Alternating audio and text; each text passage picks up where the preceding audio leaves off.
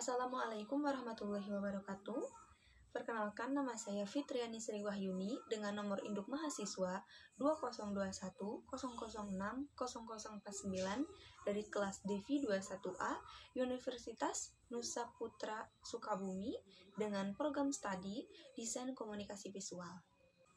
Di sini, saya akan mempresentasikan hasil bacaan yang telah saya rangkum untuk materi teori komunikasi pada sesi ketiga.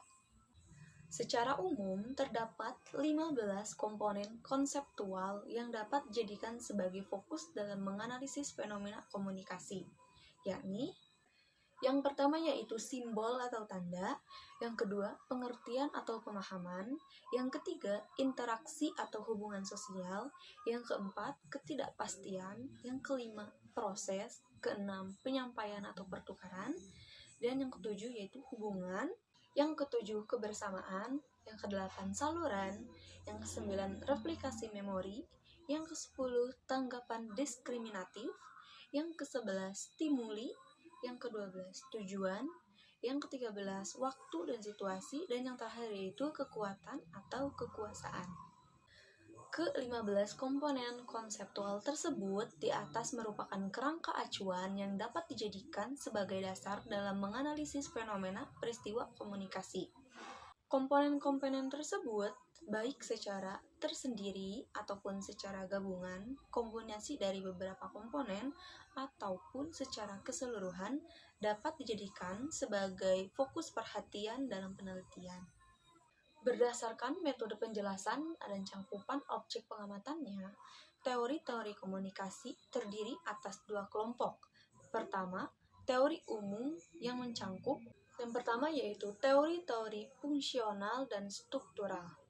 Titik penekanan pendekatan strukturalisme berasal dari linguistik, menekankan pengkajiannya pada hal-hal yang mencangkup pengorganisasian bahasa dan sistem sosial.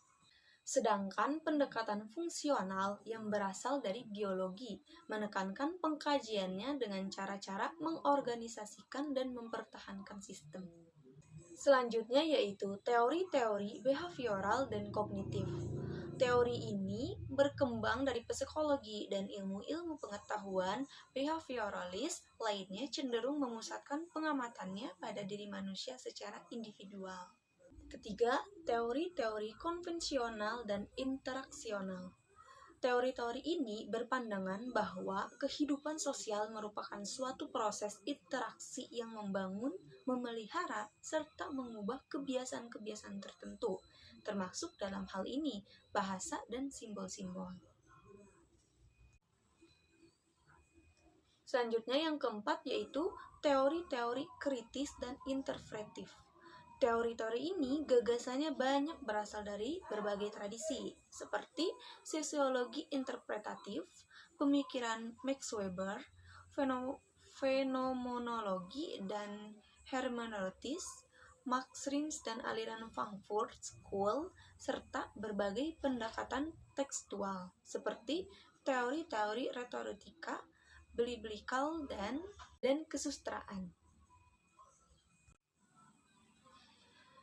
Teori komunikasi yang kedua yaitu teori-teori kontekstual yang meliputi teori-teori mengenai komunikasi intrapribadi, yaitu adalah proses komunikasi yang terjadi dalam diri seseorang yang jadi pusat jalannya proses pengolahan informasi yang dialami secara melalui siaran saraf dan otaknya. Komunikasi ini di bumi umumnya membahas mengenai proses pemahaman, ingatan, interpretasi terhadap simbol-simbol yang ditangkap melalui panca indera.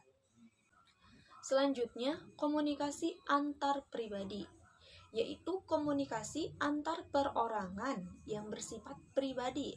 Teori-teori ini umumnya memfokuskan pengamatan pada bentuk-bentuk dan sifat hubungan percakapan, interaksi, dan karakteristik komunikator.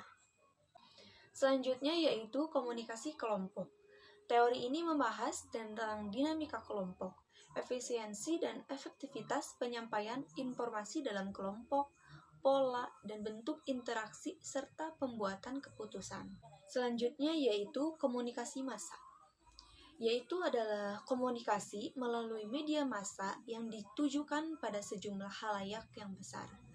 Teori ini umumnya memfokuskan perhatiannya pada hal-hal yang menyangkut struktur media, hubungan media dan masyarakat, hubungan antara media dan khalayak, aspek-aspek budaya dari komunikasi massa, serta dampak atau hasil komunikasi massa terhadap individu. Dan yang terakhir yaitu komunikasi organisasi, menunjuk pada pola dan bentuk komunikasi yang terjadi dengan konteks dan jaringan organisasi.